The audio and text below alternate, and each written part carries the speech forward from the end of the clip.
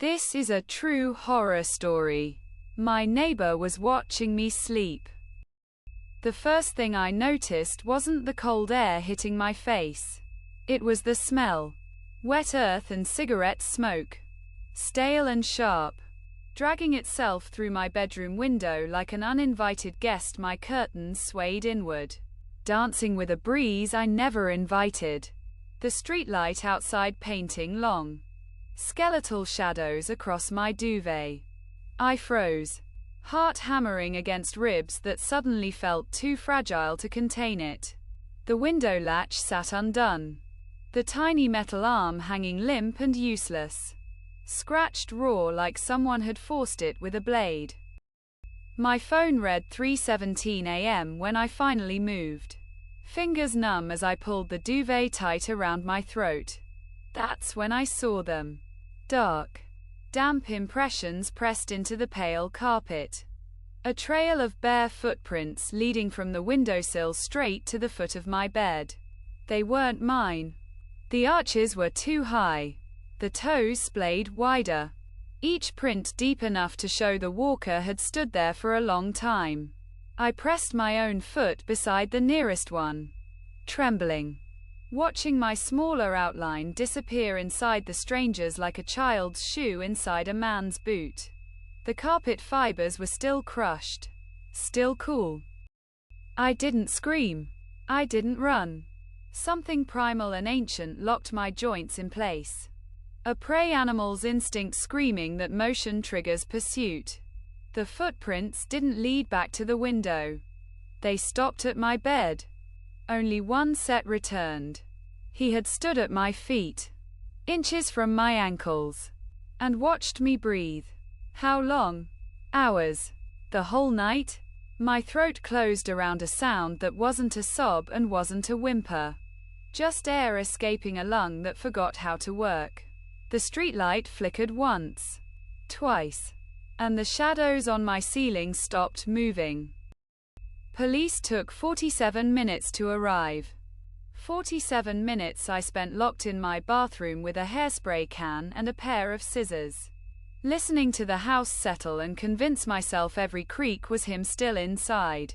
The officer, badge number 847, name tag Red Martinez, photographed the prints, dusted the sill, asked if I had any enemies, exes, stalkers. I gave him the same answer I'd given myself 1,000 times. No one. No one who knew where I slept. No one who knew I left that window unlatched on hot nights because the AC unit rattled. He nodded like he'd heard it before. Like it was a script. They found nothing. No fingerprints on the latch. No DNA on the sill. The footprints yielded nothing. No tread pattern. No identifiable wear. Just the ghost of pressure on synthetic fibers. Probably a transient, Martinez said, closing his notebook. Opportunistic. Saw an open window. Took a look. Got spooked. He didn't explain why a transient would stand barefoot at a sleeping woman's bed for hours. Didn't explain the cigarette smell on a night when rain had soaked the streets clean. Didn't explain why the prints were so deep. Like he'd been standing on something? Or someone? I didn't sleep in that bedroom for 3 weeks. I crashed on the couch with every light burning. TV volume at 30. A baseball bat propped beside the cushions. My landlord installed a window alarm. A cheap magnetic sensor that chirped when the circuit broke. He changed the locks. Added a deadbolt. Laughed about peace of mind while collecting an extra 50 on rent. The neighbors were sympathetic in that performative way, dropping off casseroles and advice. Get a dog. Get a gun. Get a man. None of them asked if the footprints matched anyone they'd seen. None of them looked at their own windows. The 4th week, I went back. Stupid. Brave. Exhausted.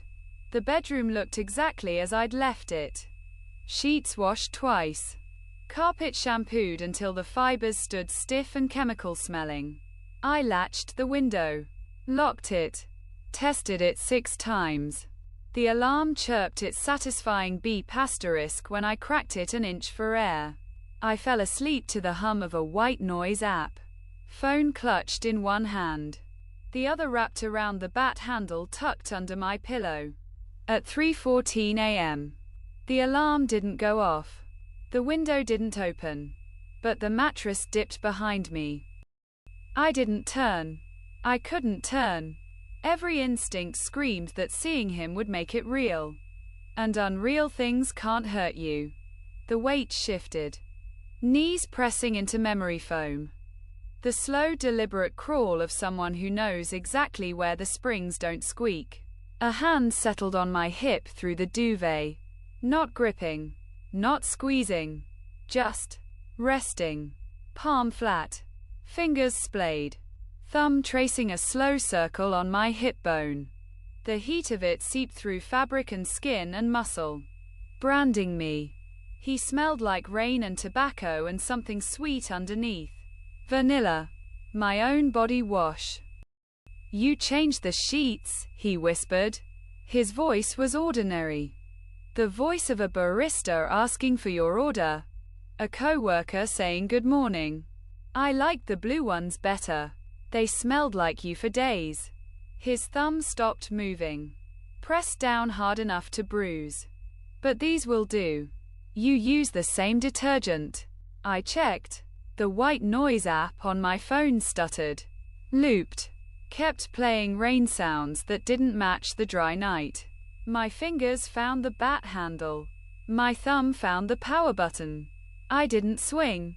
I didn't move. I listened. He knew my detergent. He knew my sheet rotation. He knew which nights I left the window unlatched because the AC rattled. Knew the specific nights because he'd been watching the building. Watching me. Long enough to learn patterns. Long enough to pick a lock. Long enough to stand barefoot at the foot of my bed for hours, memorizing the rhythm of my sleep, and leave before dawn. The footprints weren't a mistake. They were a message. I was here. I can be here again. You cannot stop me. The bat stayed under my pillow. My thumb stayed on the phone. He stayed behind me. Hand heavy on my hip. Breathing slow and even against the back of my neck. Matching mine. Matching mine. He'd sensed his breath to mine. How many nights? The white noise looped again. Rain. Thunder.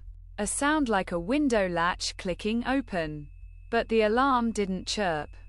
His fingers tightened. "Sweet dreams," he said. And the mattress dipped as he left the same way he came. Silent.